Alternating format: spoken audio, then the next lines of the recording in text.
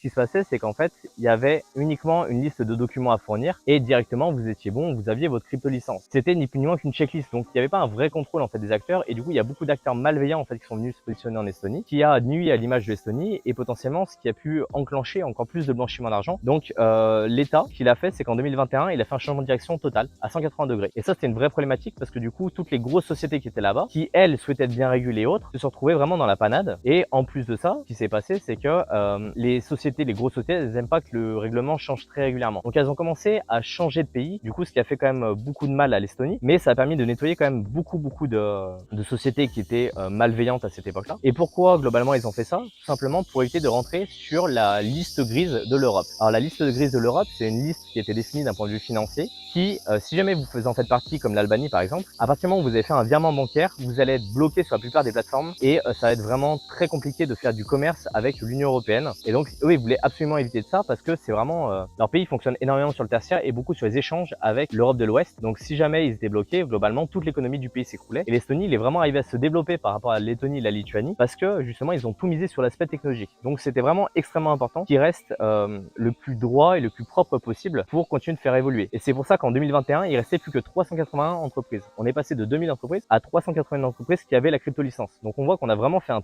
très gros nettoyage pour garder uniquement le meilleur. Et là, en 2022, il y avait plus que 150 licences, donc il y en a eu à nouveau encore la moitié qui a été enlevée parce qu'ils augmentent au fur et à mesure les critères. Ils demandent de prouver la qualité des services, d'éviter qu'il y ait du blanchiment d'argent, de contrôler les comptes en permanence. Et ils estiment réellement que le vrai modèle viable pour l'Estonie, c'est qu'il y ait entre 50 et 100 sociétés qui soient basées là-bas, parce qu'ils estiment que par rapport à la population, ce serait beaucoup trop s'il y en avait plus. Bien sûr, on a Mika qui est en train de sortir là en avril 2023 sur la partie Union européenne, donc ils vont devoir être conformes à ces éléments-là. Et quand on parle à des très grosses structures qui sont basées en Estonie, eux, ils ont déjà anticipé en fait cette régulation. Ils ont même anticipé en allant plus loin sur la partie blanchiment d'argent pour être viable sur le long terme. Mais on s'aperçoit que finalement, l'Estonie n'est plus l'Eldorado auquel tout le monde pensait, auquel tout le monde croyait. Et les sociétés qui sont pas forcément sérieuses aujourd'hui n'ont plus cette capacité à aller s'implémenter en Estonie parce que la régulation, elle est aussi importante et surtout, elle est plus avancée qu'on peut le retrouver dans d'autres pays d'Europe.